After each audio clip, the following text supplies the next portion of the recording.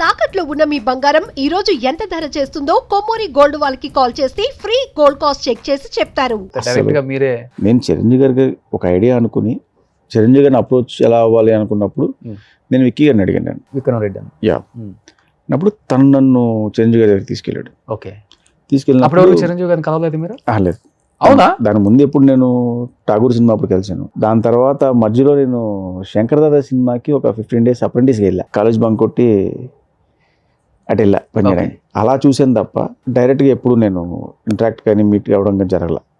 Hi కూడా చెప్పలే? చెప్పా, ఇంటికి వెళ్ళినప్పుడు ఎప్పుడైనా కలిసినప్పుడు హాయ్ సార్ అని చెప్పి చూసినప్పుడు అలా ఎగ్జైట్మెంట్ ఉండిపోతాం కానీ హాయ్ చెప్పాము బాయ్ చెప్పాను గుర్తుండదు. ఓకే, అంతే కదండి. సడన్గా చిరంజీవి పక్కన చూసేస్తే ఏం మారదు. ఓకే.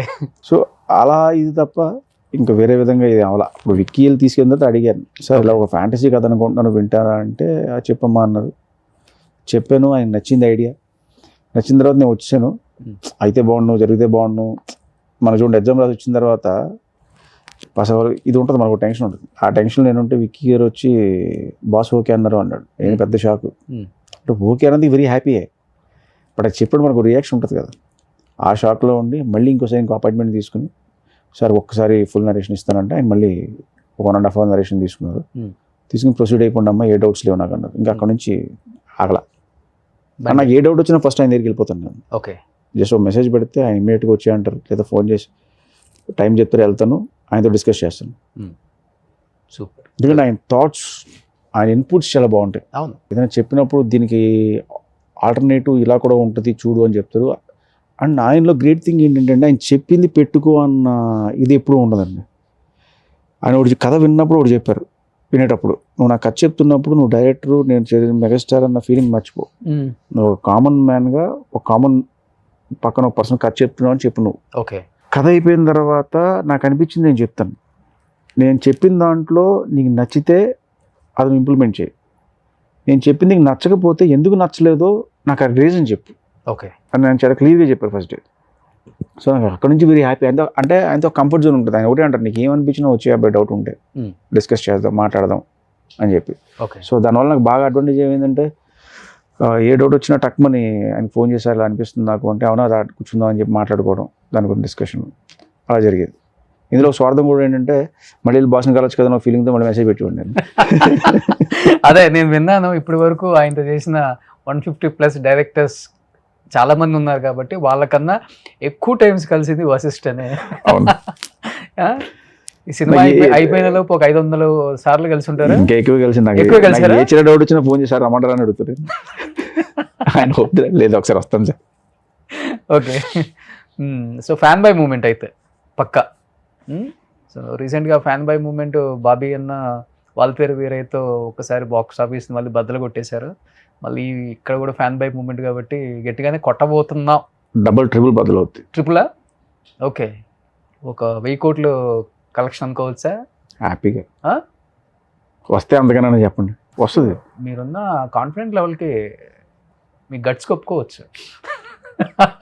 ఎక్కడి నుంచి వచ్చింది ఇది అసలుకి? ఇప్పుడు నాకు కథ అంత స్ట్రాంగ్గా లేకపోతే చిరంజీవి గారు లాంటి ఒక మెగాస్టార్ ఎందుకు ఒప్పుకుంటారండి? అఫ్కోర్స్.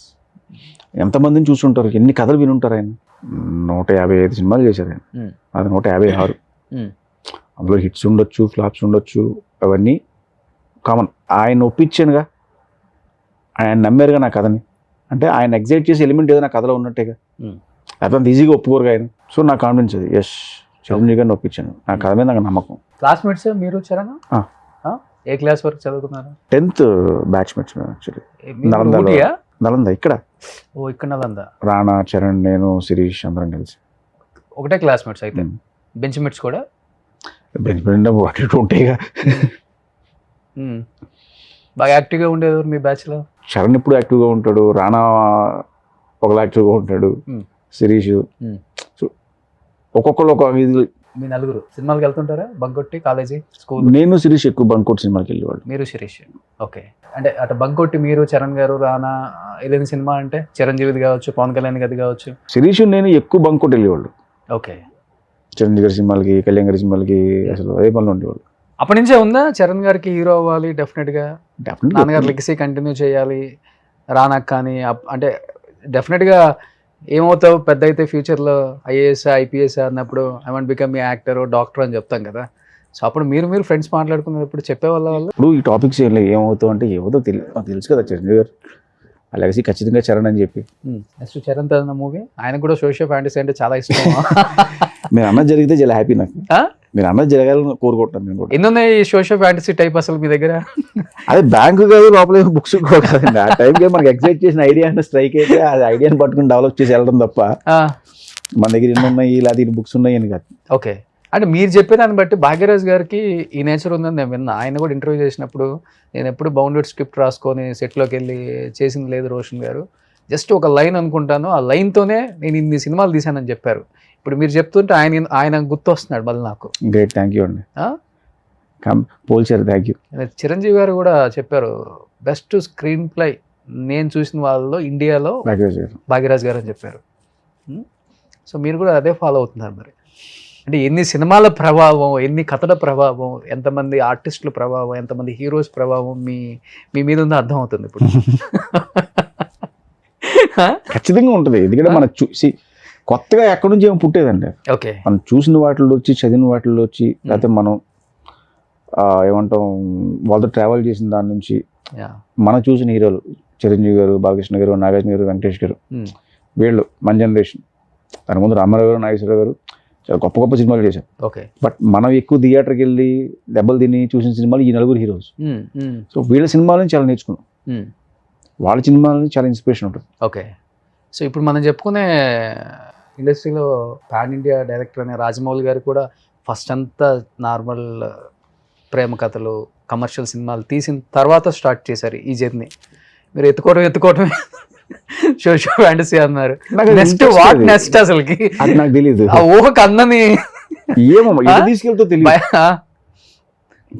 వెనక రావడం అయితే జరగదు మరి. ఎటు తీసుకెళ్తా తెలియదు. ఇప్పుడు అది చేయకూడదని రూల్ లేదు, రెగ్యులర్ సినిమా చేయకూడదని రూల్ లేదు, ఇదే సినిమా చేయాలని కండిషన్ కాదు.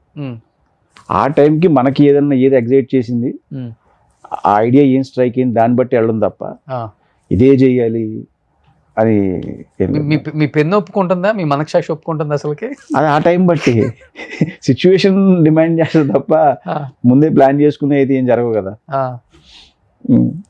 గో విత్ ఫ్లో అంటారు. గో విత్ ఫ్లో అంతే, సిచ్యువేషన్ బట్టి, ఆ టైం బట్టి, ఆ సీజన్ బట్టి. సుమన్ టీవీలో మీ పర్సనల్ అండ్ బిజినెస్ ప్రమోషన్స్ కోసం కింది నెంబర్కి కాంటాక్ట్ చేయండి.